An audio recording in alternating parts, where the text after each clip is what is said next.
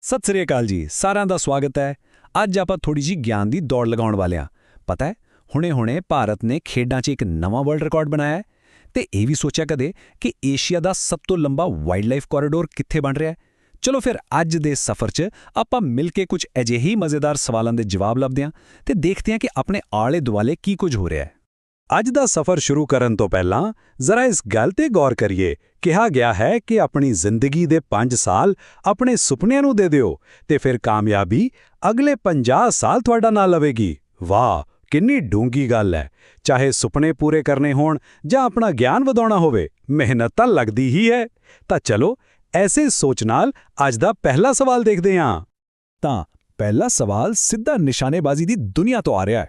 ਗੱਲ ਹੋ ਰਹੀ ਹੈ ਸਪੇਨ ਦੇ ਗ੍ਰੇਨਾਡਾ 'ਚ ਹੋਏ ISSF ਵਿਸ਼ਵ ਕੱਪ ਦੀ। ਉੱਥੇ 10 metre air pistol mix team event 'ਚ ਪਤਾ ਕੀ ਹੋਇਆ?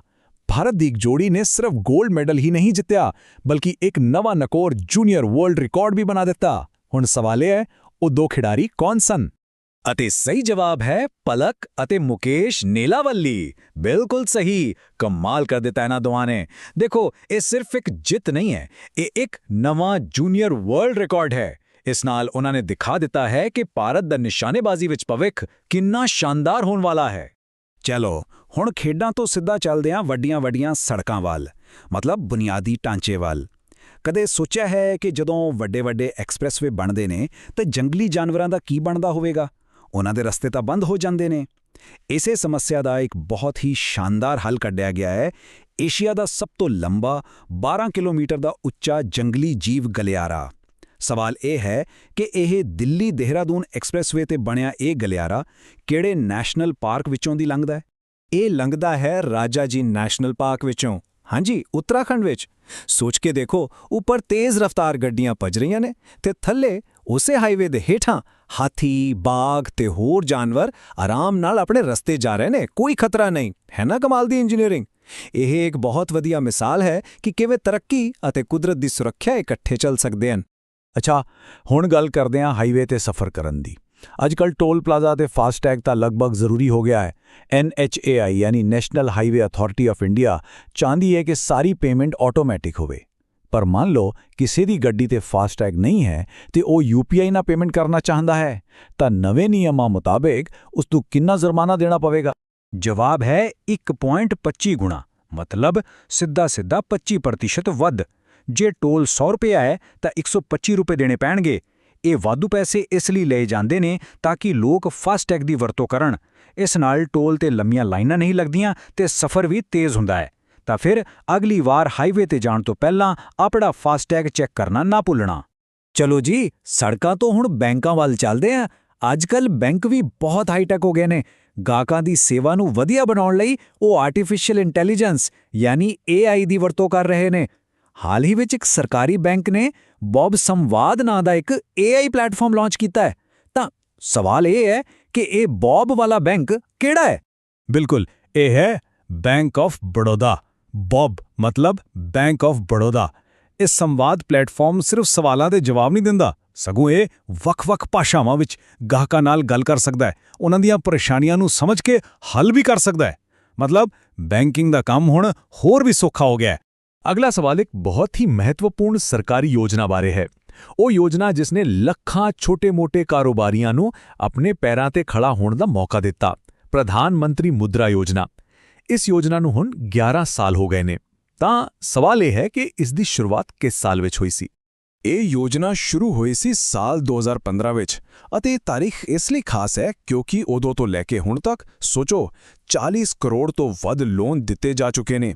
ਇਨ੍ਹਾਂ ਲੋਨਾਂ ਨਾਲ ਦੇਸ਼ ਭਰ ਵਿੱਚ ਸਵੈ-ਰੋਜ਼ਗਾਰ ਨੂੰ ਕਿੰਨਾ ਵੱਡਾ ਹੁਲਾਰਾ ਮਿਲਿਆ ਹੋਵੇਗਾ। ਚਲੋ ਹੁਣ ਕਾਰੋਬਾਰ ਤੋਂ ਸਿਹਤ ਵੱਲ ਆਉਂਦੇ ਹਾਂ। ਪਿੰਡਾਂ ਦੀ ਸਿਹਤ ਨੂੰ ਲੈ ਕੇ ਸਰਕਾਰਾਂ ਕਈ ਮੁਹਿੰਮਾਂ ਚਲਾਉਂਦੀਆਂ ਨੇ। ਇੱਕ ਐਸੀ ਹੀ ਮੁਹਿੰਮ ਹੈ ਮਾਝਾ ਗਾਉਂ ਆਰੋਗਯ ਸੰਪੰਨ ਗਾਉਂ, ਮਤਲਬ ਮੇਰਾ ਪਿੰਡ ਸਿਹਤਮੰਦ ਪਿੰਡ। ਸਵਾਲ ਬਸ ਇੰਨਾ ਹੈ ਕਿ ਇਹ ਮੁਹਿੰਮ ਕਿਹੜੇ ਸੂਬੇ ਨੇ ਸ਼ੁਰੂ ਕੀਤੀ ਹੈ? ਇਹ ਸ਼ਾਨਦਾਰ ਪਹਿਲ ਸ਼ੁਰੂ ਕੀਤੀ ਹੈ ਮਹਾਰਾਸ਼ਟਰ ਸਰਕਾਰ ਨੇ।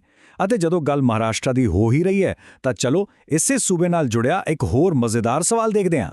ਤਾਂ ਮਹਾਰਾਸ਼ਟਰ ਸਿਰਫ ਸਿਹਤ ਮੁਹਿੰਮਾਂ ਕਰਕੇ ਹੀ ਖਬਰਾਂ 'ਚ ਨਹੀਂ ਹੈ, ਸਗੋਂ ਆਪਣੇ ਜੰਗਲੀ ਜੀਵਨ ਕਰਕੇ ਵੀ ਹੋਇਆ ਹੈ ਕਿ ਉੱਥੋਂ ਦੀ ਉਮਰੇਡ ਪੌਣੀ ਕਰਹਾਂਡਲਾ ਵਾਈਲਡਲਾਈਫ ਸੈਂਚੁਰੀ ਵਿੱਚ ਇੱਕ ਬਹੁਤ ਹੀ ਨਾਯਾਬ ਚੀਜ਼ ਦੇਖੀ ਗਈ। ਇੱਕ ਪੂਰੀ ਤਰ੍ਹਾਂ ਕਾਲੇ ਰੰਗ ਦਾ ਚਿਤਕਬਰਾ ਹਿਰਨ।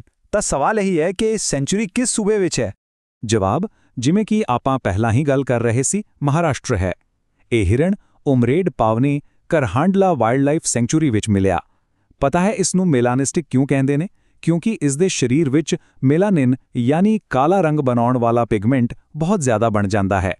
ਇਸ ਕਰਕੇ ਇਸ ਦਾ ਰੰਗ ਪੂਰਾ ਕਾਲਾ ਹੋ ਜਾਂਦਾ ਹੈ। ਕੁਦਰਤ ਦਾ ਕਿੰਨਾ ਅਨੋਖਾ ਕਰਿਸ਼ਮਾ ਹੈ ਇਹ, ਸੱਚੀ। ਚਲੋ ਜੀ, ਹੁਣ ਦੇਸ਼ ਦੀਆਂ ਗੱਲਾਂ ਤੋਂ ਨਿਕਲ ਕੇ ਥੋੜਾ ਅੰਤਰਰਾਸ਼ਟਰੀ ਮਾਮਲਿਆਂ ਤੇ ਨਜ਼ਰ ਮਾਰਦੇ ਹਾਂ। ਗੱਲ ਕਰਦੇ ਹਾਂ ਸਟ੍ਰੇਟ ਆਫ ਹਾਰਮੁਜ਼ ਦੀ। ਇਹ ਦੁਨੀਆ ਦੇ ਸਭ ਤੋਂ ਅਹਿਮ ਸਮੁੰਦਰੀ ਰਸਤਿਆਂ ਚੋਂ ਇੱਕ ਹੈ। ਪਤਾ ਕਿਉਂ? ਕਿਉਂਕਿ ਦੁਨੀਆ ਦਾ ਲਗਭਗ 20% ਤੇਲ ਇੱਥੋਂ ਦੀ ਲੰਘਦਾ ਹੈ। ਹੁਣ ਹੋਇਆ ਇਹ ਕਿ UN ਸਿਕਿਉਰਿਟੀ ਕਾਉਂਸਲ ਵਿੱਚ ਇਸ ਨੂੰ ਲੈ ਕੇ ਇੱਕ ਮਤਾ ਆਇਆ, ਪਰ 2 ਦੇਸ਼ਾਂ ਨੇ ਆਪਣੀ ਵੀਟੋ ਪਾਵਰ ਵਰਤ ਕੇ ਉਸ ਨੂੰ ਰੋਕ ਦਿੱਤਾ। ਉਹ 2 ਦੇਸ਼ ਕਿਹੜੇ ਸਨ? ਉਹ 2 ਦੇਸ਼ ਸਨ, ਰੂਸ ਅਤੇ ਚੀਨ। ਇਹਨਾਂ ਦੋਵਾਂ ਨੇ ਆਪਣੀ ਵੀਟੋ ਪਾਵਰ ਦੀ ਵਰਤੋਂ ਕੀਤੀ ਤੇ ਮਤਾ ਪਾਸ ਨਹੀਂ ਹੋਣ ਦਿੱਤਾ। ਇਹ ਘਟਨਾ ਦੱਸਦੀ ਹੈ ਕਿ ਮੱਧ ਪੂਰਬ ਵਿੱਚ ਦੁਨੀਆ ਦੀਆਂ ਵੱਡੀਆਂ ਤਾਕਤਾਂ ਦੇ ਹਿੱਤ ਕਿਵੇਂ ਆਪਸ ਵਿੱਚ ਟਕਰਾਉਂਦੇ ਨੇ ਅਤੇ ਇਸ ਦਾ ਅਸਰ ਪੂਰੀ ਦੁਨੀਆ ਦੀ ਸਿਆਸਤ ਤੇ ਪੈਂਦਾ ਹੈ। ਅੱਛਾ, ਜਦੋਂ ਆਪਾਂ ਸਟ੍ਰੇਟ ਆਫ ਹਾਰਮੁਜ਼ ਦੀ ਗੱਲ ਕਰ ਹੀ ਰਹੇ ਹਾਂ ਤਾਂ ਚਲੋ ਇਸ ਦੇ ਭੂਗੋਲ ਤੇ ਵੀ ਇੱਕ ਨਜ਼ਰ ਮਾਰ ਲਈਏ।